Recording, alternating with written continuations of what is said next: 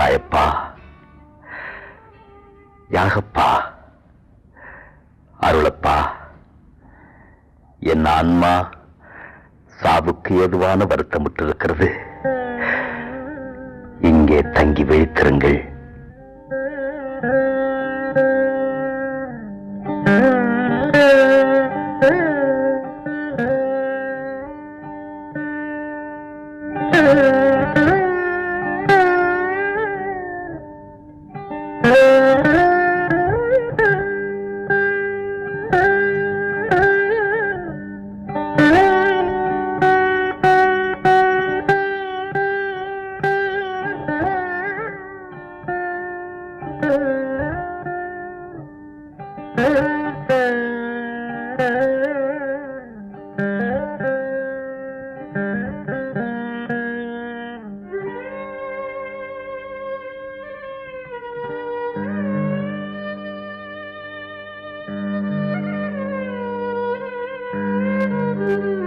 அருளப்பரே, நம்மை இங்கேயே இருக்க சொல்லிவிட்டு அவர் எங்கே போகிறார்?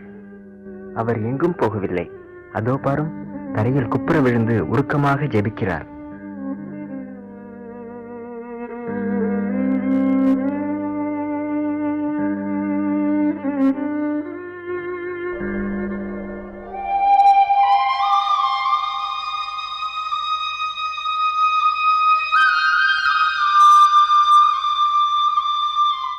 அப்பா, தந்தையே, அனைத்தும் உம்மால் கூடும். இத்துன்ப கலத்தை என்னிடமிருந்து அகற்றி அருளும். ஆகிலும் நான் விரும்புவது அன்று, நீர் விரும்புவதே ஆகட்டும்.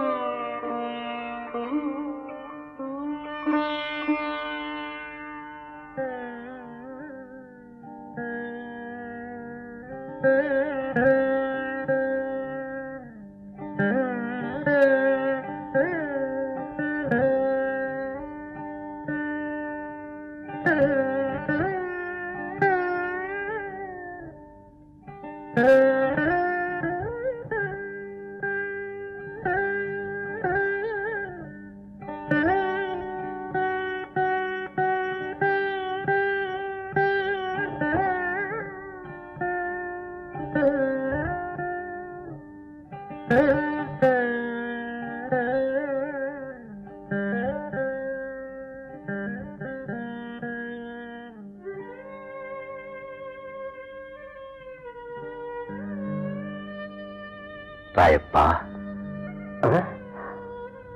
ராயப்பா, போதகரே, ராயப்பா, தூங்குகிறாயா? ஒரு மணி நேரம் பிடித்திருக்க உன்னால் முடியவில்லையா? சோதனைக்கு உட்படாதபடி விழித்திருந்து செவியுங்கள். ஆவி ஊக்கமுள்ளதுதான், உன் உடலோ வலுவற்றது. நான் மறுபடியும் செபிக்க செல்கிறேன்.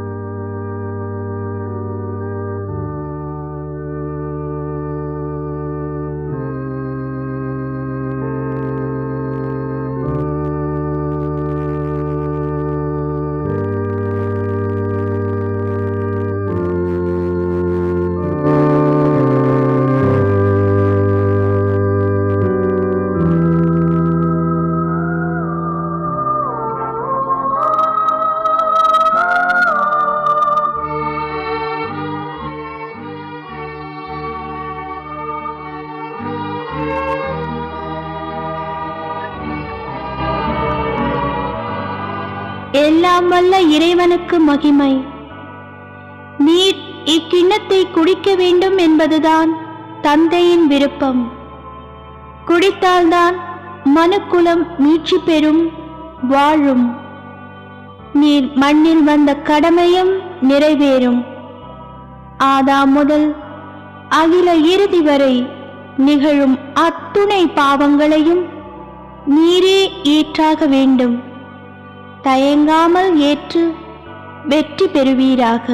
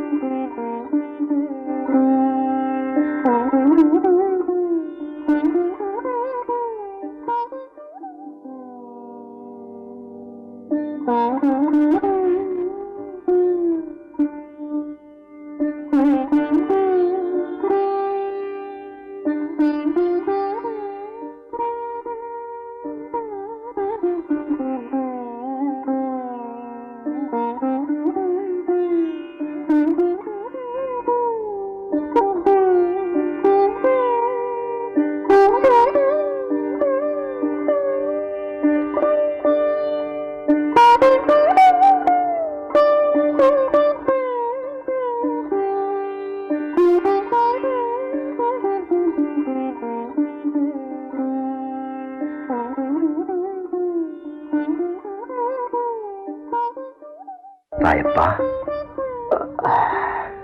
அருளப்பா, யாகப்பா, போதகரே, இன்னும் தூங்கி இளைப்பாறுகிறீர்களா? போதகரே, கண்ணிமைக்க கூடாது என்றுதான் எண்ணினோம். ஆனால் போதும், நேரம் வந்துவிட்டது. இதோ நான் பாவிகளிடம் கையளிக்கப்படப் போகிறேன். எழுந்திருங்கள், போவோம்.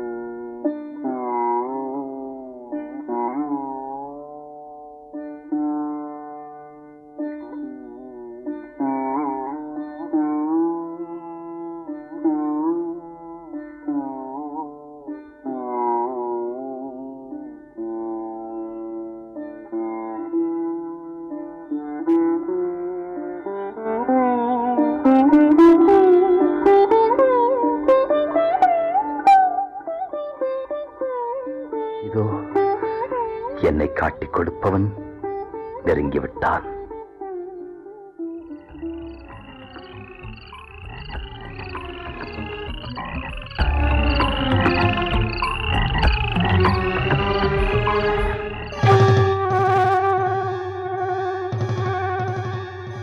குருவே வாழ்க.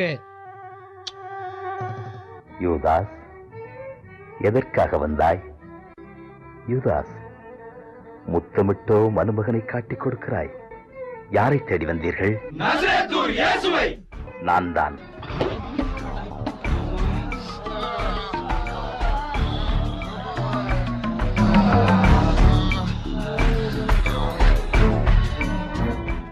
என்னை நீங்கள் தேடி வந்திருந்தால் என் சீடர்களை போக விடுங்கள். ஐயோ, என் காது அறுந்து விட்டதே. ஐயோ, அப்பப்பா, வலி தாங்க முடியவில்லையே. அப்பப்பா, வலி தாங்க முடியவில்லையே.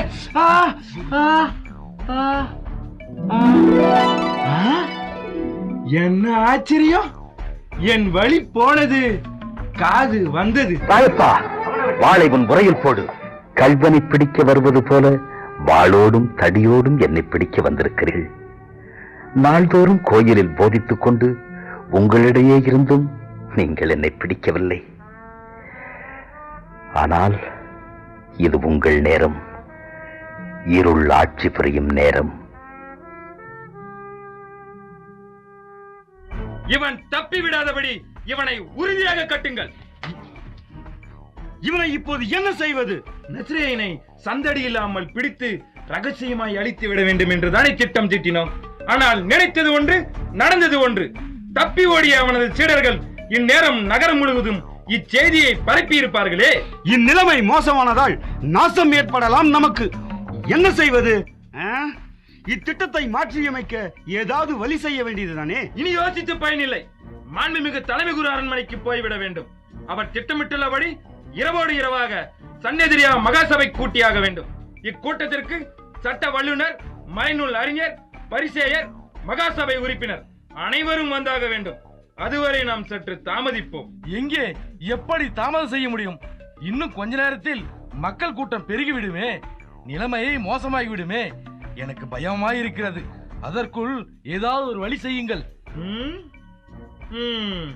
போகும் வழியில் முன்னாள் பெரிய குருவாகிய அண்ணா சரண்மனை இருக்கிறதல்லவா, அவரிடம் சென்று விடுவோம். அப்பொழுது நம்மை யாரும் ஒன்றும் செய்து விட முடியாது. ஆஹா, அருமையான யோசனை.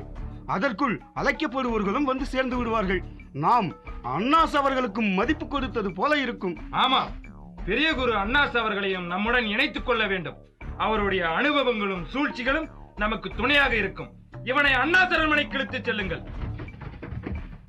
நம் ஆதரவாளர்கள் யார் யார் என்று தான் உங்களுக்கே தெரியுமே. அவர்களுக்கு மட்டும் ரகசியமாய், மிக மிக ரகசியமாய் தகவல் கொடுங்கள். உடனடியாக மகாசபைக்கு வந்து சேரும்படி துரிதப்படுத்துங்கள். இயேசுவை சிறைபிடித்து விட்டோம். ஆகையால் உடனே இரவோடு இரவாக இப்போதே மகாசபை அவசரமாய் கூடி ரகசியமாய் ஆலோசனை செய்யும் என்று கூறுங்கள். மின்னல் வேகத்தில் இயங்க வேண்டும். நாங்கள் பெரிய குரு அண்ணா சரண்மனையில் சற்று தாமதிப்போம். அதற்குள் நீங்கள் அனைவரும் குறுக்கு வழியாக மகாசபைக்கு வந்து சேர்ந்து விட வேண்டும். இரவில் மகாசபை கூடுவது நம் மரபில் இல்லாத புதுமையாயிருக்கிறதே. ஆமாம், புதுமைதான். நம் மரபு, சட்டம், ஒழுங்கு இவற்றில் இல்லாத புதுமைகள் எல்லாம் நடக்கப் போகின்றது. அவன் அழிவு ஒன்றேதான் தலைமை குருவின் குறிக்கோள். நம் மறைச்சட்டங்களும் மக்களும் வாழ அவன் அழிந்தே ஆக வேண்டும். அதற்கு சட்டமோ சம்பிரதாயமோ பார்க்க வேண்டிய அவசியமே இல்லை. இனி அவன் வாழவா போகிறான்? ஆமாம், இந்த இருட்டில் சாட்சிகளை எங்கே போய் தேடுவது? எல்லாம் பொய் சாட்சிகள் தான்.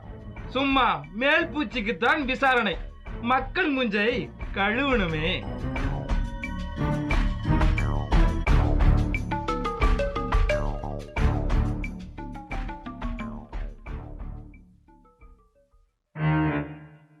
இவன் தான் நசரேத்தூர் இயேசுவோ? இவனது சீடர்கள் எல்லாம் இவனை விட்டு விட்டு ஓடிவிட்டார்கள் என்றல்லவா கேள்விப்பட்டேன்.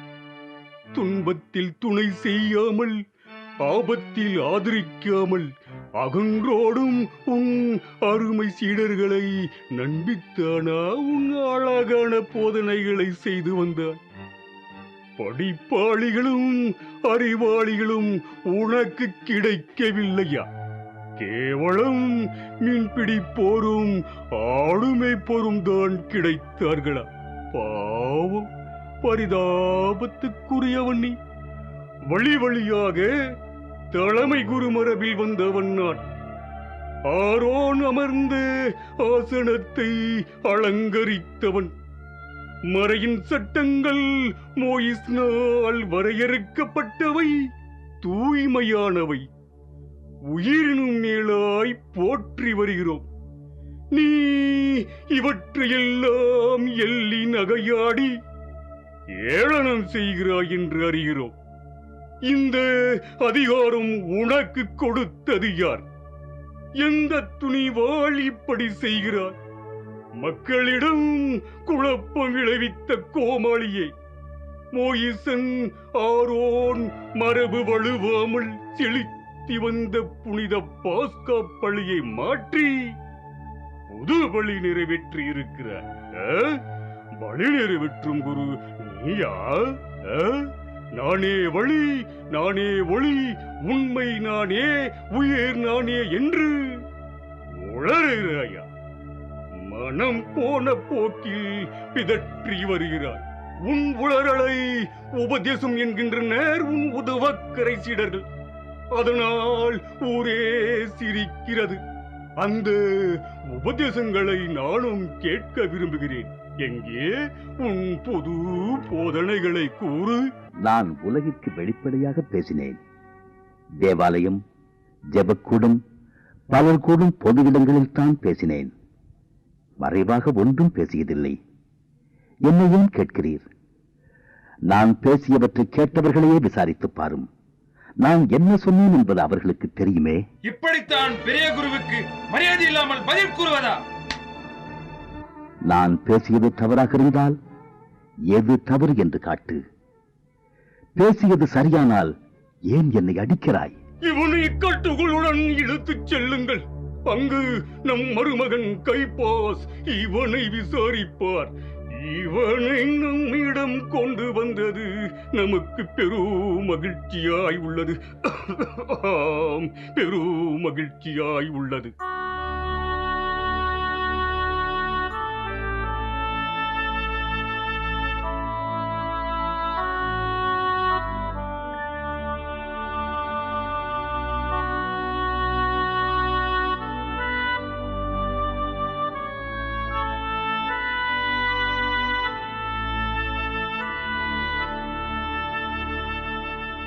அருளப்பா, அப்பா, நீரா? ஆண்டவர் எங்கே? தெரியவில்லை. உறுதியாக கைப்பாசிடம்தான் அழைத்துச் சென்றிருப்பார்கள். அவன்தானே தலைமை குரு. அவன் தூண்டுதல் தான் எல்லாம். அரண்மனைக்கா? ஐயோ, எப்படி உள்ளே செல்வது? ஆண்டவரை என்ன செய்கிறார்களோ? எனக்கு அச்சமாக இருக்கிறது. அரண்மனையில் எனக்கு பழக்கமான ஆட்கள் பலர் இருக்கிறார்கள். நான் உள்ளே போய் நடப்பதை அறிந்து வருகின்றேன். கவலைப்படாதீர். நானும் உம்முடன் வருகிறேன். தனிமையில் இருக்க எனக்கு அச்சமாக இருக்கிறது. நீர் அரண்மனை முற்றம் வரை வரலாம். அதற்கு மேல் உம்மை விடமாட்டார்களே. அதுவரையிலாவது வருகிறேன். அதுவே போதும். எச்சரிக்கையாயிருங்கள். யூதர்கள் எல்லாம் வெறி நாய்களாய் மாறியிருக்கிறார்கள். நம் ஆதரவாளர்களோ நம்மை விட பயந்து போய் வெளியே வரக்கூட அஞ்சுகிறார்கள். அங்குள்ள ஊழியருடன் உரையாடக்கூடாது. வாய் திறந்தால் வம்பு வரும். வாயே திறக்க மாட்டேன். அங்கிருந்து நடப்பவைகளை அறிந்து கொள்வது எனக்கு சற்று ஆறுதலாயிருக்கும். அருளப்பா, இன்று குளிர் அதிகமாக இருக்கிறது. என் உடம்பெல்லாம் நடுங்குகிறது. அரண்மனை முற்றத்தில் ஊழியர்கள் குளிர்காய்வது வழக்கம். நீர் அங்கு தங்கலாம். வாருங்கள், விரைந்து செல்வோம். நீர்தான் நசரேத்தூர் இயேசுவோ? தாவீதின் மரபு சூசையின் மகனா? தச்சன் தானே நீ? மறைவிளக்கம் செய்கிறாயே, என்ன உரிமை? மோய்சன் அருளிய மறைச்சட்டங்களை எல்லாம் மாற்றுவதாய் அறிகிறோம். உண்மைதானா? மறையை மாற்ற உனக்கு என்ன தகுதி? தேவாலயத்தில் வணிகரை விரட்டி அடித்து பெரும் பொருட்சேதம் செய்திருக்கிறாய். அந்த அதிகாரம் உனக்கு கொடுத்தது யார்? அது என் கடமை, தெரியுமா? ஏன் பேசாமல் இருக்கிறாய்? பதில் சொல். சரி, இவன் பேசாமல் இருந்தால் நமக்கென்ன? சாட்சியங்களை பேச விடுங்கள். சாட்சியங்களே தேவையில்லை. இவன் நம் யூத மரபு, ஒழுங்கு, சட்டம் இவற்றை ஒரு நாளும் மதித்ததே இல்லை. இதை நாடே அறியும், நாமும் அறிவோம். ஏன் இவன் கூட அறிவானே? சட்டத்தை இவன் சட்டை செய்யவில்லை என்பதற்காக நாம் சட்டத்தை மீறலாகாது. சாட்சியங்களை சரி சொல்லுங்கள், சாடுவோம். அவையோருக்கு எங்கள் அனைவர் சார்பிலும் பணிவன்பான வணக்கங்கள். இவன் மாயமந்திரம் ஜாலங்கள் செய்யும் வஞ்சகன். மாயவலை விரித்து மக்களை எல்லாம் மயக்கி சொல்ஜாலங்களால் சொக்க வைக்கிறான். சொக்க மோயிசன் சட்டங்கள் மோசம் என்று உணர்வது மட்டுமல்ல, அவற்றை அனுசரிப்பதும் இல்லை. இவன் ஓய்வு நாட்களை எல்லாம் ஒழித்து கட்டுகிறான். அன்று நோயாளிகளையும் குணமாக்குகிறான். இவன் இவன் நம் மகிமைக்குரிய எருசலேம் தேவாலயத்தை இடித்து தரைமட்டமாக்கிவிட்டு மீண்டும் அதை 3 நாளில் கட்டிவிடுகிறேன் என்றான். குருக்கள் என்ற போர்வையில் காணிக்கை என்று சொல்லிக் கொண்டு ஆலயத்தின் சொத்துக்களை எல்லாம் பகல் கொள்ளையடிக்கிறோமாம். 10 கட்டளைகளை பாழாக்கி இறைவனை அன்பு செய், உன்னை போல் உன் அயலானையும் அன்பு செய். இவை 2 தான் வேதம், சட்டம் எல்லாம் என்கிறார். இவற்றிற்கெல்லாம் நீ என்ன சொல்கிறாய்? யூத சட்டங்களுக்கு மேற்பட்ட அதிகாரம் தனக்கு உண்டு என்று தலைக்கிறுக்குடன் பிதற்றுகிறான். அதிகாரத்தோடும் ஆணவத்தோடும் போதிக்கிறான். மறையறிஞரை மட்டம் தட்டி பரிசேரை பழித்து காட்டி மக்களை எல்லாம் திசை திருப்புகிறான். திசை ஏதோ மை வைத்து மந்திரம் செய்கிறான். அந்த மையை மக்கள் புதுமை புதுமை என்று புழுகுகிறார்கள். இவன் இவன் தன்னை மகிமைப்படுத்தி நம்மை எல்லாம் சிறுமை செய்து வருகிறான். நாடு இல்லாமல் சபை நடுவே நிற்கும் இவன் நாடு இல்லாமலே அரசாள்கிறான். மறை சட்டங்களும் அழிந்து போகும், ஆனால் என் வார்த்தைகள் அழியாது என்று சொல்லி நம் வேத விதிகளை எல்லாம் வெட்டி வீழ்த்துகிறான். இவனை நம்பாதவர்களுக்கு நாசம் வரும் என்று சொல்லி மக்களை மயக்குகிறான், குழப்புகிறான். நாம் குறையுடையவர்களாம், கரையுடையவர்களாம். குருநேந்தனை கூறுகிறான், தேவதுஷ்ணத்தையே கக்குகிறான். ஏன் மௌனம் சாதிக்கிறாய்?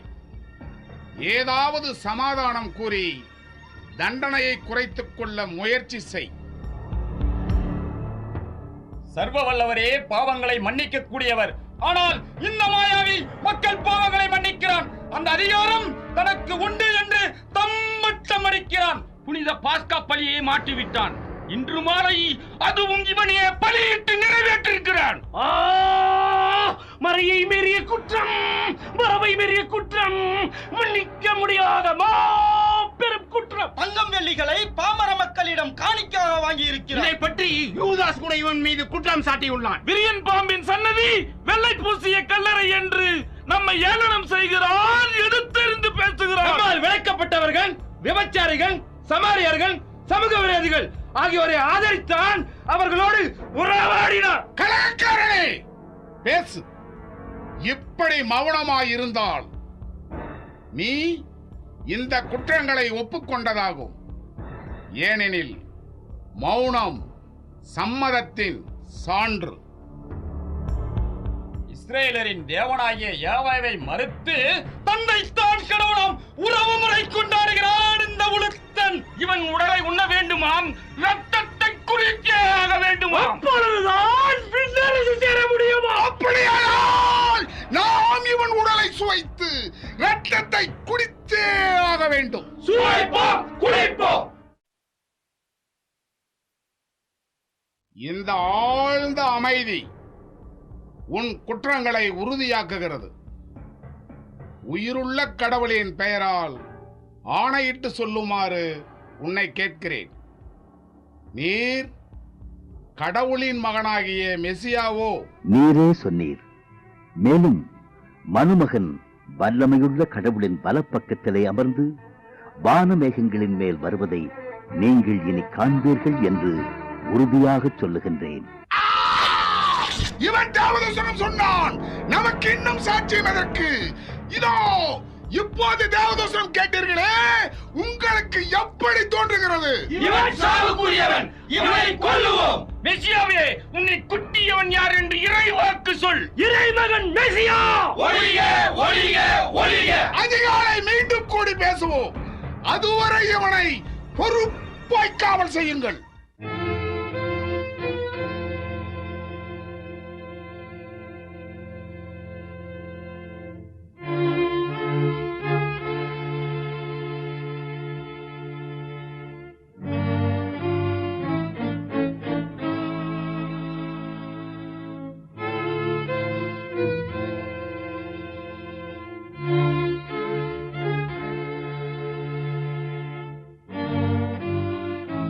இயேசுவை சிறைப்படுத்தி விட்டார்களே.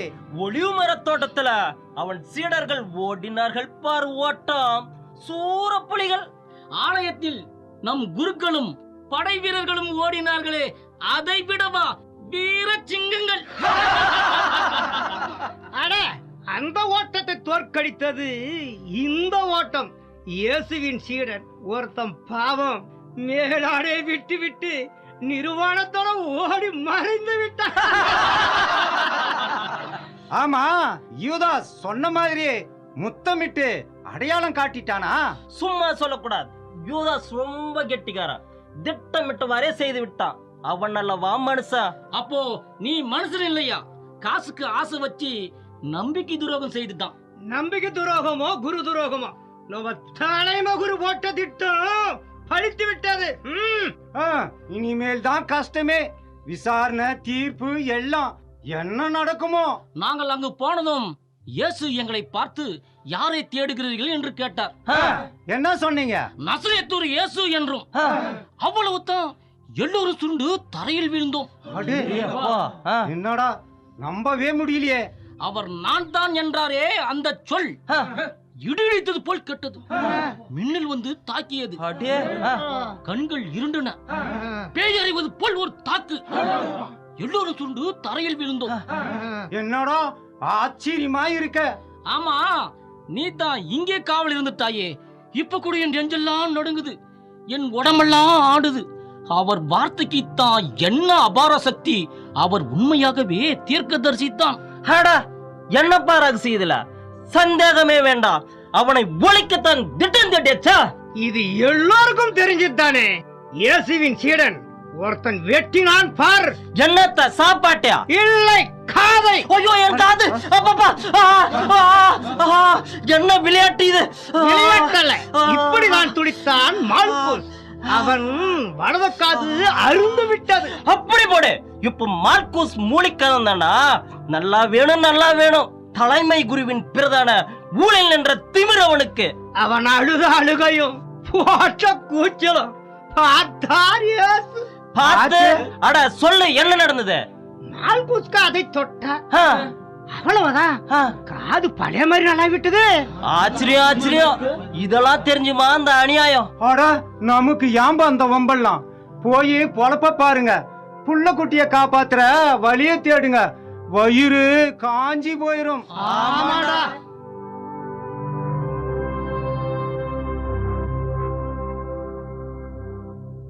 நீ யார்? நான்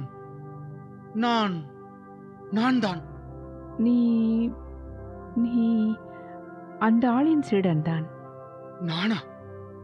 நானா? இவனும் நசரேத்தூர் இயேசுவோடு இருந்தான்.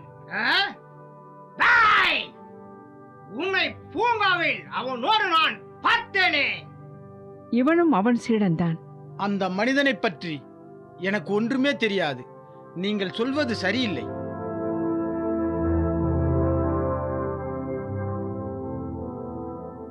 சந்தேகமே இல்லை, நீ அந்த இயேசுவனுடைய சீடனேதான்.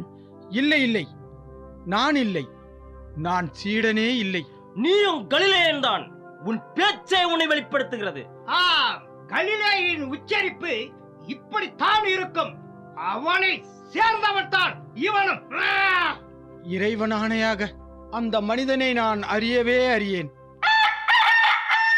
நான் அவரை அறியேன் என்று நீ மும்முறை மறுதலிக்கும் முன் இன்று கோழி கூவாது என்று உனக்கு சொல்லுகிறேன். போதகரே, இவர்கள் கொன்றுவிடவே தீர்மானித்திருக்கிறார்கள் போல தோன்றுகிறது.